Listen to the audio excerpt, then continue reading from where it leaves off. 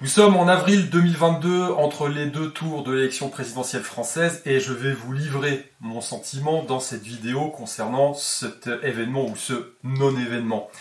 Alors évidemment, nous sommes en fin de cycle. Pour les gens qui me suivent et puis qui, on va dire, adhèrent plus ou moins à mon travail, savent ce que je pense de tout ça. Je pense qu'on est dans une fin de macro-cycle et que quelque part le résultat de ces élections au premier tour sont assez significatifs de deux phénomènes, deux indicateurs qui font partie justement et qui caractérisent ces fins de cycle. Alors le premier, c'est évidemment une offre politique qui, comme l'aurait dit Coluche, nous laisse surtout dans l'embarras, puisque évidemment l'idéal démocratique nous propose l'embarras du choix, et puis on se retrouve finalement plus avec l'embarras que le choix. On n'a pas vraiment le choix finalement. Et puis de l'autre côté, on a tout simplement une population qui n'est pas d'équerre. Alors je sais que il y a beaucoup de gens qui sont déçus. Certains voyaient en Mélenchon l'avenir de la République française sous forme de la 6e République. Certains autres voyaient en Zemmour le fédérateur d'une droite, on va dire, plus nationaliste et traditionnaliste, qui reviendrait sur le devant de la scène. Enfin, après toutes ces années de gauchisme ambiant qui amènent évidemment la civilisation au fond du panier, au fond du trou. Et puis il y en a d'autres évidemment qui votent soit écologistes ou peut-être la droite traditionnelle, voire le PS, qui sont maintenant complètement inexistants. Alors moi, mon avis sur tout ça, c'est que c'est du théâtre. Voilà. Et le plan se déroule sans accroc, évidemment. Macron, qui est le représentant du mondialisme, dont on a vu déjà les œuvres, on va dire, dans les 2 dernières années qui se sont écoulées, ne pouvait rêver mieux, évidemment, que de se retrouver face à Marine Le Pen au second tour de l'élection présidentielle. Mais c'est pas le seul problème, finalement, puisqu'on voit que Macron a eu plus de voix lors de cette élection et ce premier tour des élections en 2022 qu'il en a récolté en 2017. C'est dire l'état de délabrement de la population française. Alors évidemment, moi ça me brise un petit peu le cœur parce que j'aimerais bien éveiller un peu plus les consciences, que les gens se rendent compte finalement que ils ne sont que les spectateurs d'une mauvaise pièce de théâtre qui ne fait que se rejouer. Et puis, qu'est-ce qu'on peut observer à côté de ça? On a soi-disant des gens éveillés, des dissidents entre guillemets, qui vous racontent toujours un numéro de flûte. Quand on nous dit que, évidemment, Zemmour à 7%, c'est top, c'est une victoire. Moi, je pense pas du tout, parce que, c'est déjà étonnant qu'il soit qu'à 7%, soi-disant, si on pense que des gens... on va dire éveillés et voter pour des idées, on va dire plus traditionnalistes, revenir sur une base de fonctionnement de société.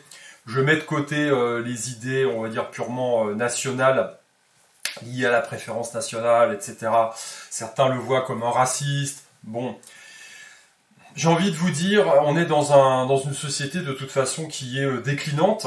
Donc il y avait de bonnes idées à prendre chez lui, il y en a d'autres qui sont bonnes à prendre ailleurs. L'idée effectivement de refonder la classe politique peut-être dans une 6e République ou autre chose, ça me paraît être un impératif, puisque aujourd'hui en 2022, les choses ont évolué, les gens aspirent à autre chose, ils aspirent tout simplement à retrouver leur démocratie, avoir une prise démocratique sur leur existence, mais en même temps, quand on voit le résultat des votes, on se rend compte finalement que la population, dans son ensemble, vote pour ce qui lui arrivera dans les années qui viennent, et ça va pas être joli, mais après c'est une question de choix, voilà, tout simplement. Maintenant, moi, ce que je propose par rapport à ça, c'est tout simplement un éveil des consciences à titre individuel, parce que la solution, elle réside dans l'individu et non pas dans le groupe, et encore moins dans le vote en un hypothétique sauveur qui arriverait à vous sortir les fesses du trou. Parce que pourquoi? Tout simplement, si on a un maximum de gens qui sont responsables, éveillés et qui sont formés aussi à revenir à des choses fondamentales comme la liberté individuelle, la liberté d'entreprendre et puis surtout déjouer les manipulations, si on avait une masse critique de gens comme celle-là, on aurait moins de problèmes parce que les manipulateurs s'évanouiraient dans l'air et puis on pourrait revenir à des choses plus saines. Mais force est de constater que c'est loin d'être le cas. Quelles que soient les classes, on va dire, de la société, eh bien, on a des gens qui se font de toute façon manipuler par ce théâtre. Alors aujourd'hui, évidemment, il faut faire barrage à l'extrême droite, puisque évidemment Marine Le Pen, c'est l'extrême droite, c'est le fascisme, c'est le retour de la bête noire. Alors ça fait doucement rigoler, hein, parce que au final, c'est juste une bourgeoise de droite qui a hérité d'un fonds de commerce, et puis qui essaye de le faire fructifier tant bien que mal. Elle a accepté sa position dans l'échiquier, et puis voilà, alors elle a un programme de gauche en plus, donc c'est assez drôle. Mais bon, tout ça c'était plié d'avance, j'ai envie de vous dire. Pourquoi? Parce qu'il suffit de regarder les chiffres, il suffit de regarder réellement, concrètement, comment se présente la société française aujourd'hui. Vous avez un maximum d'injectés, donc de gens qui se sont soumis, la plupart volontairement, donc ça en dit long déjà de l'état de cette société. Vous avez une grosse partie de gens qui sont issus de l'immigration et qui vont tout de suite focaliser sur un discours qui leur semble raciste, hein, au détriment d'un discours économique qui leur rendrait service. Il y en a d'autres qui vont voter par intérêt, parce qu'ils disent, moi tant qu'on me paye les aides sociales, tout va bien. Donc vous voyez, les gens sont pas calés, et en face de ça, vous avez une offre politique de gens qui acceptent leur position sur l'échiquier politique. Alors comment je le vois? C'est assez simple. Le premier marqueur, ça va être les gens qui, politiquement, se sont, on va dire, levés contre toutes ces inepties qui ont été mises en place contre les libertés fondamentales, contre nos libertés fondamentales. Il n'y en a pas eu 50, hein. Donc vous regardez aujourd'hui tous ceux qui se présentaient, il n'y en a pas beaucoup qui se sont levés contre le pass sanitaire, le pass vaccinal et toutes les inepties qui nous ont été sorties et servies pendant 2 ans. Voilà, donc déjà là, il y a un souci. Et ensuite, quand on voit les appels entre les 2 tours, hein, à voter pour faire barrage, entre guillemets, à l'extrême droite, ça veut tout dire déjà. C'est-à-dire que moi, perso, je me présente à une élection présidentielle, j'ai pas la prétention derrière de donner des consignes de vote à des gens. Ça veut dire quoi, ça? Ça veut dire que je les prends pour des gogoles. En même temps, je pense qu'on en est au point où on en est, oui, ils peuvent vraiment prendre les gens pour des cons. Hein, c'est infantilisant au possible. Donc voilà, ce sont des marqueurs qui disent tout simplement que le truc, il est plié. Alors, mon point de vue par rapport à ça, il est relativement simple, hein. Je l'ai déjà dit, hein, comme le disait dans la prophétie du dieu Thoth, même les dieux ne peuvent rien contre la loi des cycles. C'est quand même, ça veut bien dire ce que ça veut dire. Je veux dire, regardez ce qui se passe au niveau d'un individu, vous venez au monde, vous vous développez, vous devenez un adulte en pleine puissance, du moins on l'espère, si vous n'êtes pas complètement dégénéré par la malbouffe et les manipulations et tout le reste. Et puis après, malheureusement, le cycle se termine par le corps, hein, qui est par définition corruptible, et puis un autre cycle recommence. Et bien toute construction humaine, c'est la même chose, ça participe de la même logique. Donc aujourd'hui, on voit bien qu'on est en fin de cycle, et quand on regarde l'histoire en dézoomant un maximum, on voit bien que ça ne peut pas aller mieux, c'est impossible. Et à chaque fois, par exemple, cet événement, puisqu'on va dire que c'est un événement, c'est toujours, attention, là, c'est un élément majeur, un événement majeur dans la vie politique. Mais c'est plié, c'est fini, c'est mort. Et je veux dire, il faut s'en rendre compte de ça. Regardez un petit peu le Titanic, par exemple.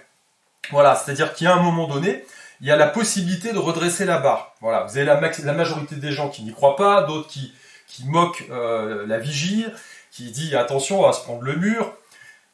Voilà, et quand bien même, à un moment donné, on ferait confiance à un type qui pourrait dire il faut redresser, eh bien vous allez redresser, et puis quelque part, ça va être pire, parce que l'iceberg arrive, vous vous tournez, mais c'est déjà trop tard. Voilà, le bateau a une inertie propre qui fait qu'on peut plus l'arrêter, et quand vous le manipulez, vous allez le tourner, puis qu'est-ce qui s'est passé pour le Titanic?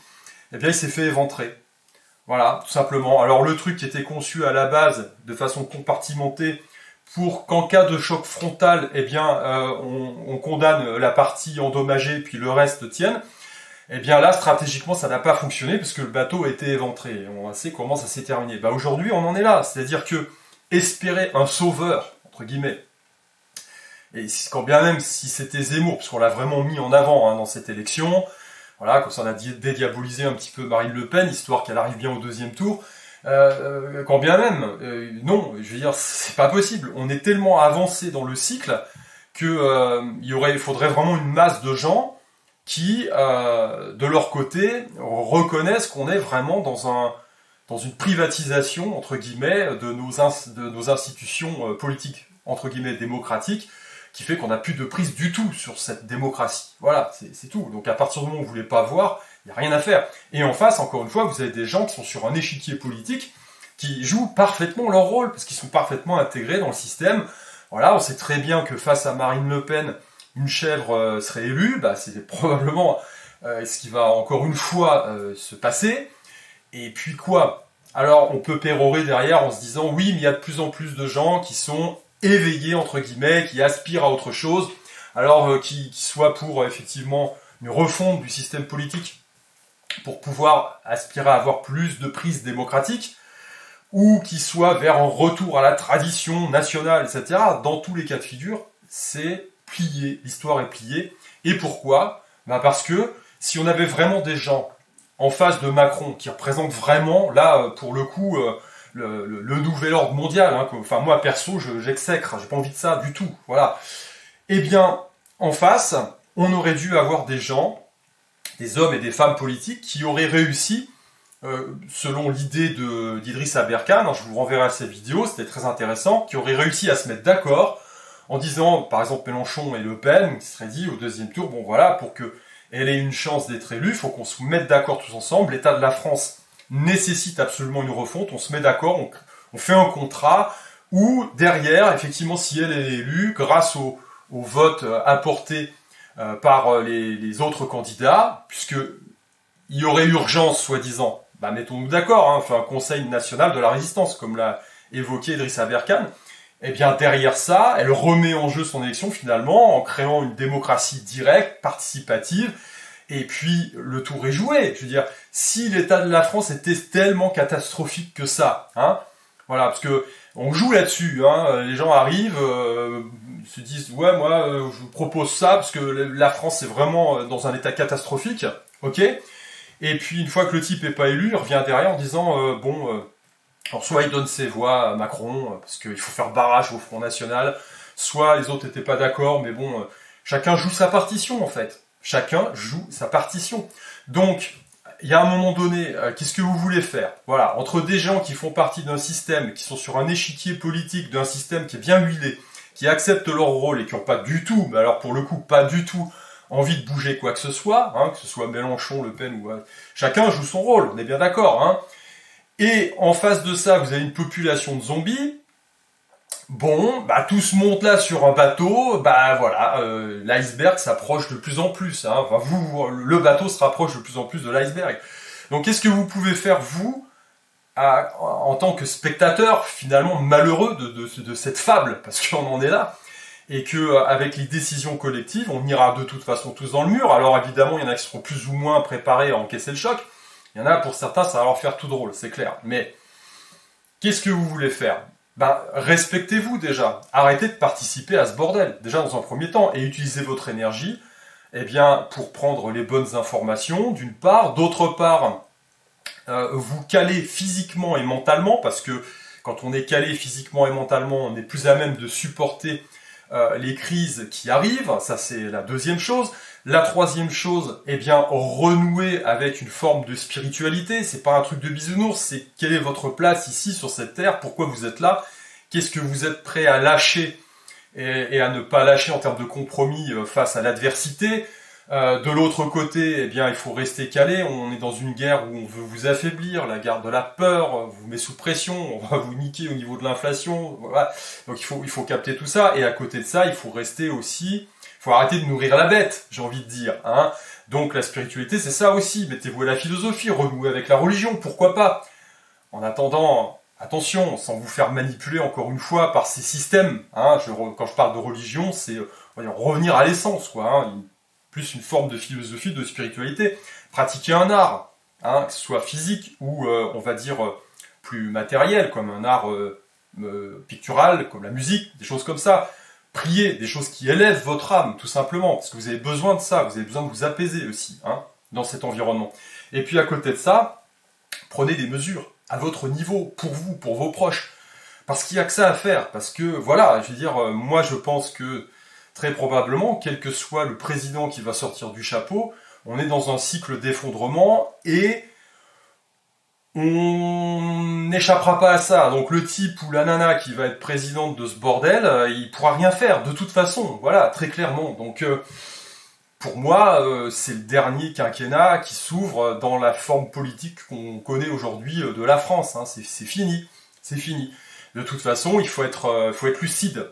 Alors, c'est pas hyper optimiste, à première vue, ce que je dis, mais il faut être lucide. Et cette lucidité, elle conduit justement à l'optimisme, parce que moi, j'ai envie que ça change, j'ai pas envie, voilà, qu'on est quasiment au bout du fond, hein, et quand on a atteint le fond, après, on peut espérer remonter. Donc, c'est ça l'optimisme. Voilà, c'est pas réformer le système. Vous voulez réformer le système comment? Avec des manipulateurs qui font partie d'un échiquier, d'une pièce de théâtre bien rodée, avec le rôle qu'ils acceptent, et puis une population en face de gens lobotomisés. Qu'est-ce que vous voulez faire avec ça? C'est pas possible, hein, entre nous. C'est impossible. Donc prenez les mesures à votre niveau. Voilà, le niveau, le changement, il commence par vous, tout simplement. Hein. Il n'y a pas d'autre chose à faire jusqu'à présent. Et par contre, c'est un gros travail qu'il faut entreprendre. Hein. Parce que pendant qu'on a le projo qui éclaire tout ça, il faut se rendre compte d'une chose, c'est que on a une inflation qui est galopante. Hein. Alors c'est pas la faute de Poutine, hein, c'est déjà mis en route bien avant. Hein. Pourquoi? Parce qu'il y a déjà eu les shortages liés au coco circus et que ça s'améliore pas ce qui se passe là. Voilà. Vous avez en plus en Chine le plus gros port, on va dire, du monde, hein, Shanghai qui est fermé, ça bouge pas. Donc évidemment tout ce qu'on consomme vient de là-bas. Moi je suis allé à Shanghai, hein, c'est immense, hein, on n'est pas dans un truc, c'est pas le tiers-monde Shanghai. Hein. Bah, aujourd'hui 25 millions de personnes sont bloquées là-bas, il y en a certains qui n'ont plus à bouffer ni à boire, c'est la catastrophe. Et le port lui ne fonctionne pas. Donc le port de Shanghai c'est 4 fois le port de Los Angeles, qui est déjà un des plus gros du monde. Donc imaginez le truc, donc tous les produits qu'on consomme, la plupart viennent de là-bas et transitent par là. Aujourd'hui, il n'y a plus rien qui se passe. Je vous laisse imaginer ce que ça va produire ou ce que ça risque de produire dans quelques mois. Donc c'est pour ça, je veux dire, bon, l'élection présidentielle française, qu'est-ce qu'on peut faire dans le meilleur des cas? Évidemment, la première des choses, c'est d'éviter d'accélérer le mouvement, de faciliter, on va dire, la progression de nos young global leaders. C'est la première des choses. C'est sûr que si vous leur déroulez le tapis rouge, bon... Et encore, quelque part, oui, comme on est dans ce cycle d'effondrement, ça ira peut-être encore plus vite. Voilà. Donc, de toute façon, je pense qu'en étant optimiste, évidemment, après on aura une phase de rebond qui sera intéressante, mais là, on va rentrer dans une zone de douleur. Et ce qu'on a connu avant, c'était du pipi de chat. Voilà. Donc, voilà ce que je pense. Moi, utiliser l'énergie dont vous disposez pour faire des choses concrètes sur vous au quotidien, et puis arrêtez de vous faire aveugler par tout ce cirque, quoi, parce que franchement, enfin moi personnellement, ça m'amuse plus vraiment, à vrai dire. Hein. Je trouve ça quand même relativement triste. Hein. Voilà. Alors, comme disait Piero San Giorgio, préparez-vous. Allez, je vous dis à plus.